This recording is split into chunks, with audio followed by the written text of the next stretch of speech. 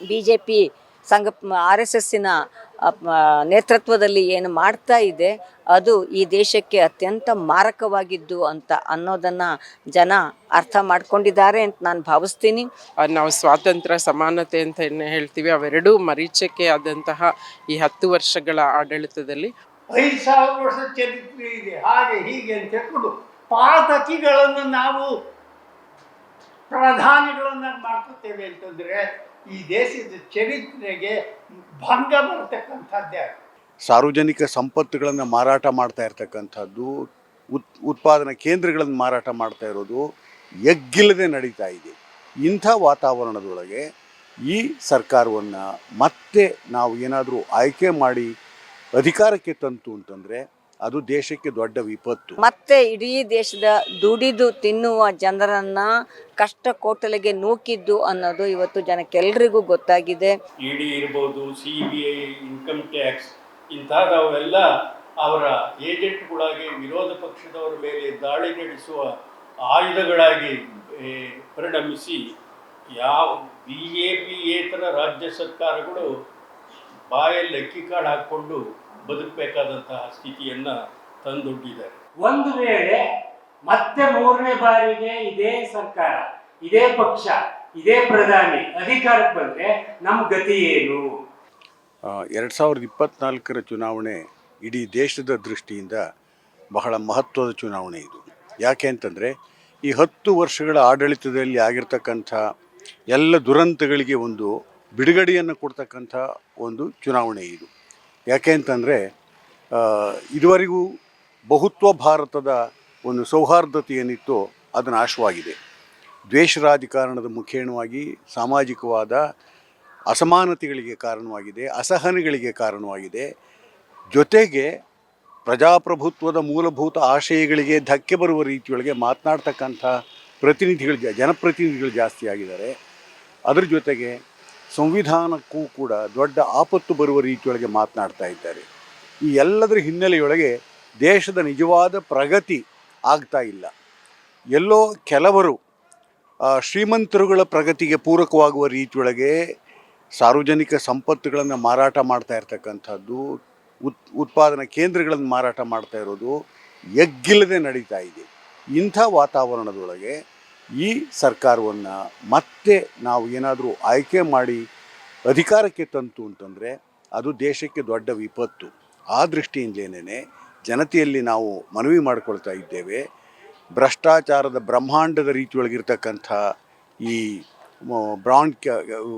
ಹಗರಣಗಳೇನಿದ್ದಾವೆ, bond ಹಗರಣಗಳು, ಈ bond ಹಗರಣಗಳನ್ನು ಗಮನದಲ್ಲಿಟ್ಕೊಂಡಂತೆ ಎಲ್ಲರಿಗೂ ಕೂಡ ಒಂದು ಸುವ್ಯವಸ್ಥಿತವಾದ ಪ್ರಜಾಪ್ರಭುತ್ವ ಬೇಕು ಅಂದಾಗ ಈ ಕೋಮುವಾದಿ ಸರ್ಕಾರವನ್ನು ವಿರೋಧಿಸಿದಂತೆ ಪ್ರಜಾಪ್ರಭುತ್ವವನ್ನು ಉಳಿಸಿ ಸಂವಿಧಾನವನ್ನು ರಕ್ಷಿಸಿ, ಇದು ನಮ್ಮ ಮೂಲಭೂತವಾದಂಥ ಒಂದು ಆಶಯ. ಜನತೆಗೆ ಮನವಿ. 18ನೇ ಲೋಕಸಭಾ ಚುನಾವಣೆ ಇನ್ನೇನು ಬಂದೇ ಬಿಡ್ತು. ನಾವು ನಿರೀಕ್ಷೆ ಮಾಡ್ತೀವಿ ದೇಶದ ಜನ ಕಳೆದ 10 ವರ್ಷಗಳ ಮೋದಿ BJP NDA ಆಡಳಿತಕ್ಕೆ ರೋಸ್ ಹೋಗಿದ್ದಾರೆ ಅಂತ. ಯಾಕೆ ರೋಸ್ ಹೋಗಬೇಕು ಅಂತಂದರೆ ಮಿತಿಮೀರಿದ ನಿರುದ್ಯೋಗ, ಬೆಲೆ ಏರಿಕೆ, ದೌರ್ಜನ್ಯ, ಹಿಂಸೆ ಇವೆಲ್ಲವೂ ಹೆಚ್ಚಾಗಿದೆ. ಈ ಸಂದರ್ಭದಲ್ಲಿ ಇವೆಲ್ಲದ್ರ ಬಗ್ಗೆ ಗಮನ ಕೊಡೋದ್ರ ಬದಲು 14ರಲ್ಲಿ ಮೊದಲು ಅಧಿಕಾರಕ್ಕೆ ಬರುವ ಮುಂಚೆ ಹೇಳಿದ್ರು ವರ್ಷಕ್ಕೆ 2 ಕೋಟಿ ಉದ್ಯೋಗ, ಆಮೇಲೆ ಇಡೀ ದೇಶವನ್ನು ಒಂದು ಇಂದ್ರನ ನಂದನವನ ಮಾಡ್ತೀವಿ ಅಂತ ಹೇಳಿದ್ರು. 14ರಿಂದ 19 ಹೊತ್ತಿಗೆ ಅಂಥದ್ದೊಂದು ಆಗಿಲ್ಲ ಅನ್ನೋದು ಜನರ ಗಮನಕ್ಕೆ ಬಂದಿತ್ತು. 19 ಚುನಾವಣೆಗೆ ಸ್ವಲ್ಪ ಮುಂಚೆ ಇಡೀ ದೇಶದ ಎಲ್ಲ ಜನ ವಿಭಾಗ ಹೋರಾಟದ ನೆಲೆಯಲ್ಲಿ ಬೀದಿಗಿಳಿಯೋದಕ್ಕೆ ತಯಾರಿ ನಡೀತಾ ಇತ್ತು. 2-3 ರಾಷ್ಟ್ರೀಯ ಮಟ್ಟದ ಮುಷ್ಕರಗಳು ಕೂಡ ಆಗಿದ್ವು. ಯಾಕೆಂದರೆ ಕಾರ್ಮಿಕರು ಹತಾಶರಾಗುವಂತಹ ಸ್ಥಿತಿ ಬಂದಿತ್ತು. ರಾಷ್ಟ್ರೀಯ ಮಟ್ಟದ ಸಾರ್ವತ್ರಿಕ ಮುಷ್ಕರಗಳಾಗಿದ್ವು. ಆ ಸಂದರ್ಭದಲ್ಲಿ ಪುಲ್ವಾಮಾ ದುರಂತ ನಡೀತು. ಅದು ಕೇವಲ ನಡೆದಿದ್ದಲ್ಲ, ಅದನ್ನು ಅವಾಯ್ಡ್ ಮಾಡುವ ಸಾಧ್ಯತೆಗಳಿತ್ತು ಅಂತ ಅನ್ನೋದನ್ನು ಇತ್ತೀಚಿನ ದಿವಸಗಳಲ್ಲಿ ಸತ್ಯಪಾಲ್ ಮಲಿಕ್ ಅವರು ಕಾಶ್ಮೀರದ ಅಂದಿನ ರಾಜ್ಯಪಾಲರು ಬಹಳ ನೇರವಾಗಿ ಹೇಳ್ತಾ ಇದ್ದಾರೆ, ಅದನ್ನು ಅವಾಯ್ಡ್ ಮಾಡಬಹುದಾಗಿತ್ತು ಅಂತ. ಆದರೆ ಅವಾಯ್ಡ್ ಮಾಡದೇನೆ ಅಂಥದ್ದೊಂದು ಮಾಡಿಸಿ ಇಡೀ ದೇಶದ ಜನರನ್ನು ಅವರ ಬದುಕಿನ ದುರ್ಭರತೆಯಿಂದ ಎಮೋಷನಲಿ ಭಾವನಾತ್ಮಕವಾಗಿ ದೇಶದ ಮೇಲೆ ಯಾರಿಂದನೂ ದಾಳಿ ಆಗ್ಬಿಡ್ತು, ದೇಶದ ಅಪಾಯದಲ್ಲಿದೆ ದೇಶ ಅಂತನ್ನುವಂತಹ ಒಂದು ಭಾವನಾತ್ಮಕ ನೆಲೆಯಲ್ಲಿ ಜನರನ್ನು ಸೆಳೆದು 19ರ ಚುನಾವಣೆಯಲ್ಲಿ ಗೆದ್ದು ಬಂದ ನಂತರ ಮಾಡಿದಂಥದ್ದು 5 ವರ್ಷದಲ್ಲಿ ಮತ್ತೆ ಇಡೀ ದೇಶದ ದುಡಿದು ತಿನ್ನುವ ಜನರನ್ನು ಕಷ್ಟ ಕೋಟಲೆಗೆ ನೂಕಿದ್ದು ಅನ್ನೋದು ಇವತ್ತು ಜನಕ್ಕೆಲ್ರಿಗೂ ಗೊತ್ತಾಗಿದೆ. ಮಣಿಪುರದ ಘಟನೆ ನೋಡಿದ್ವಿ, ಹತ್ರಾಸಿನ ಘಟನೆ ನೋಡಿದ್ವಿ, ಹಲವು ರೀತಿಯಲ್ಲಿ ಎಲ್ಲ ವಿಭಾಗದ ಜನ ಕಷ್ಟದಲ್ಲಿ ನರಳ್ತಾ ಇರೋದನ್ನು ನೋಡ್ತಾ ಇದ್ದೀವಿ. ಇದೆಲ್ಲ ಸಾಲದಿದ್ದಕ್ಕೆ ಜನರನ್ನು ಧಾರ್ಮಿಕ ನೆಲೆಯಲ್ಲಿ, ಅಂದರೆ ಧರ್ಮ ಜನರ ಬದುಕಿನ ಕ್ರಮ ಆಗಬೇಕು, ಆದರೆ ಇಲ್ಲಿ ಧರ್ಮ ಜನರನ್ನು ಒಡೆಯುವ ಕ್ರಿಯೆಯಾಗಿ BJP RSSನ ನೇತೃತ್ವದಲ್ಲಿ ಏನು ಮಾಡ್ತಾ ಇದೆ ಅದು ಈ ದೇಶಕ್ಕೆ ಅತ್ಯಂತ ಮಾರಕವಾಗಿದ್ದು ಅಂತ ಅನ್ನೋದನ್ನು ಜನ ಅರ್ಥ ಮಾಡ್ಕೊಂಡಿದ್ದಾರೆ ಅಂತ ನಾನು ಭಾವಿಸ್ತೀನಿ. ಹಾಗಾಗಿ ಪ್ರಜಾಪ್ರಭುತ್ವದಲ್ಲಿ ಜನರ ಕೈನಲ್ಲಿ ಇರುವ ಅಧಿಕಾರ ಮತದಾನ.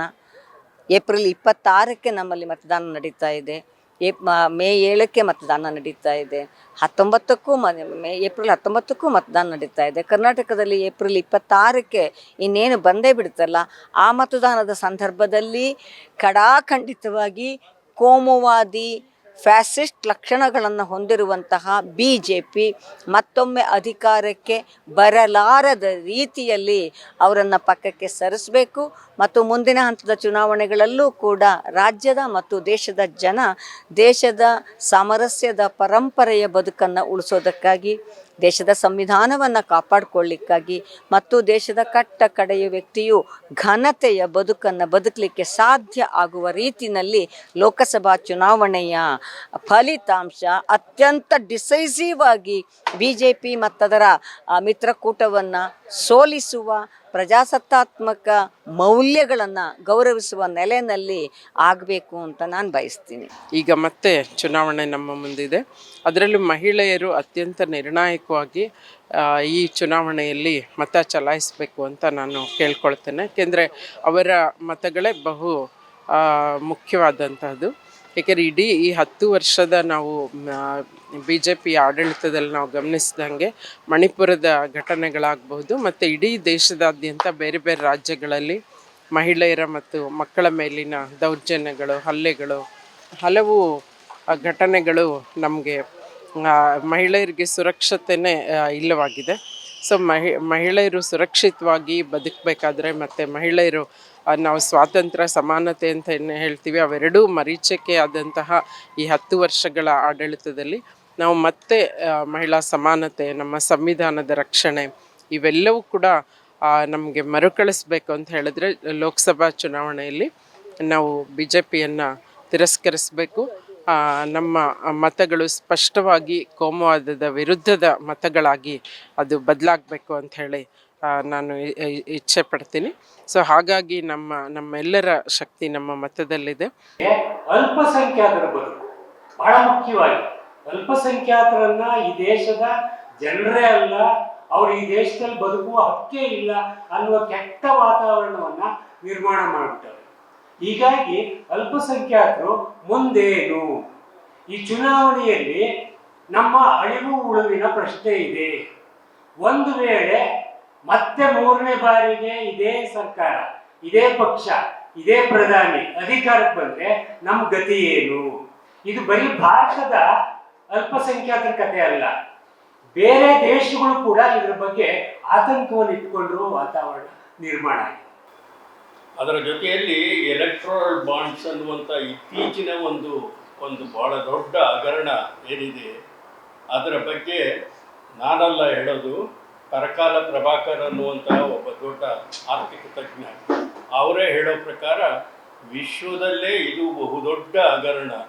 ಇಡೀ ದೇಶದಲ್ಲಿ ಮಾತ್ರವಲ್ಲ ವಿಶ್ವದಲ್ಲೇ ಇದು ದೊಡ್ಡ ಹಗರಣ ಅಂತೇಳಿ ಶ್ರೀಮಾನ್ ಪರಕಾಲ ಪ್ರಭಾಕರ್ ಅವರು ಹೇಳ್ತಾರೆ. ಹಾಗೆ ಭ್ರಷ್ಟಾಚಾರದ ದೃಷ್ಟಿಯಿಂದಾಗಲಿ ಅಭಿವೃದ್ಧಿಯ ದೃಷ್ಟಿಯಿಂದಾಗಲಿ ಈ ಕಳೆದ 10 ವರ್ಷಗಳಲ್ಲಿ ಬಿ ಜೆ ಪಿ ಸರ್ಕಾರ ಮಾಡಿರುವ ಸಾಧನೆ ಅಂತಹ ಹೇಳಿಕೊಳ್ಳುವಂತಹ ಸಾಧನೆ ಏನೂ ಅಲ್ಲ. ಅದೆಲ್ಲದಕ್ಕಿಂತ ಹೆಚ್ಚಾಗಿ ಈ ದೇಶದಲ್ಲಿ ಪ್ರಜಾಪ್ರಭುತ್ವಕ್ಕೆ ಕುತ್ತು ತರುವಂತಹ ಅನೇಕ ಕೆಲಸಗಳನ್ನು ಅವರು ಮಾಡಿದ್ದಾರೆ. ದೇಶದ ಎಲ್ಲ ಸ್ವಾಯತ್ತ ಸಂಸ್ಥೆಗಳನ್ನು ಸಂಪೂರ್ಣವಾಗಿ ಅವುಗಳಿಗೆ ಇದ್ದಂತಹ ಸ್ವಾಯತ್ತತೆಯನ್ನು ಕಸಿದುಕೊಂಡು ಅವು ಸರ್ಕಾರದ ಏಜೆಂಟ್ಗಳಾಗುವಂತೆ ಮಾಡಿ ಇ ಡಿ ಇರ್ಬೋದು, CBI, ಇನ್ಕಮ್ ಟ್ಯಾಕ್ಸ್ ಇಂಥದ್ದವೆಲ್ಲ ಅವರ ಏಜೆಂಟ್ಗಳಾಗಿ ವಿರೋಧ ಪಕ್ಷದವರ ಮೇಲೆ ದಾಳಿ ನಡೆಸುವ ಆಯುಧಗಳಾಗಿ ಪರಿಣಮಿಸಿ ಯಾವ BJP-ಯೇತರ ರಾಜ್ಯ ಸರ್ಕಾರಗಳು ಬಾಯಲ್ಲಿ ಅಕ್ಕಿ ಕಾಳು ಹಾಕ್ಕೊಂಡು ಬದುಕಬೇಕಾದಂತಹ ಸ್ಥಿತಿಯನ್ನು ತಂದೊಡ್ಡಿದ್ದಾರೆ. ಕಳೆದ 10 ವರ್ಷದಲ್ಲಿ ನಮ್ಮ ಎಷ್ಟು ಜನ ಅರ್ಥಶಾಸ್ತ್ರಜ್ಞರು ಅಂತಾರಾಷ್ಟ್ರೀಯ ಮಟ್ಟದಲ್ಲಿ ನಮ್ಮ ದೇಶದ ಆರ್ಥಿಕತೆಯನ್ನು ವಸ್ತುನಿಷ್ಠವಾಗಿ ಪ್ರತಿಪಾದನೆ ಮಾಡಿದ್ದಾರೆ. ಬೆನ್ನು ತಟ್ಕೋಬೇಕಂದ್ರೆ ನಾಚಿಕೆ ಪಟ್ಕೋಬೇಕು. ಇದೇ ಮುಖ್ಯನ? ಇಂಥ 1000 ಇವೆ. ಆದರೆ ಇದು ನಮ್ಮ ಬೆನ್ನೆಲುಬು, ದೇಶದ ಬೆನ್ನೆಲುಬು ಪಾಂಡಿತ್ಯ ಅನ್ನತಕ್ಕಂಥದ್ದು, ಜನ ಅನ್ನತಕ್ಕಂಥದ್ದು. ಯಾವುದು ಬೆನ್ನೆಲುಬಿನ ಸ್ಥಾನದಲ್ಲಿ ಇರಬೇಕು ಅದನ್ನು ಪದತಲದಲ್ಲಿ ಹೊಸದು ಪ್ರಾರಂಭ ಮಾಡಿದ್ರೆ ಈ ದೇಶದ ಅವಸಾನ ಆಗಬಾರ್ದು. 5000 ವರ್ಷ ಚರಿತ್ರೆ ಇದೆ, ಹಾಗೆ ಹೀಗೆ ಅಂತ ಹೇಳ್ಕೊಂಡು ಪಾತಕಿಗಳನ್ನು ನಾವು ಪ್ರಧಾನಿಗಳನ್ನಾಗಿ ಮಾಡ್ಕೊತೇವೆ ಅಂತಂದರೆ ಈ ದೇಶದ ಚರಿತ್ರೆಗೆ ಭಂಗ ಬರತಕ್ಕಂಥದ್ದೇ.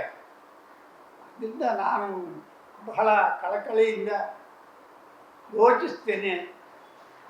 ಇಂಥ ವಿಪತ್ತನ್ನು ನಾವು ಮುಂದುವರಿಸ್ಕೊಂಡು ಹೋಗ್ತಕ್ಕಂಥದ್ದು ಅದು ನಮ್ಮ ದೇಶಕ್ಕೆ ದ್ರೋಹ ಬಗೆದಾಗಿದೆ. ಅವರು ದ್ರೋಹ ಬಗೆತಾ ಇದ್ದಾರೆ, ನಾವು ದ್ರೋಹ ಬಗೆಯೋದನ್ನು ಸಹಿಸೋದಿಲ್ಲ ಅನ್ನೋದನ್ನು ನಮ್ಮ ಜನ ತೋರಿಸ್ಕೊಡ್ಬೇಕು. ದಯವಿಟ್ಟು ತೋರಿಸ್ಕೊಡ್ಲಿ. ಈ ದೇಶದ ಮರ್ಯಾದೆಯನ್ನು ಕಾಪಾಡಲಿ.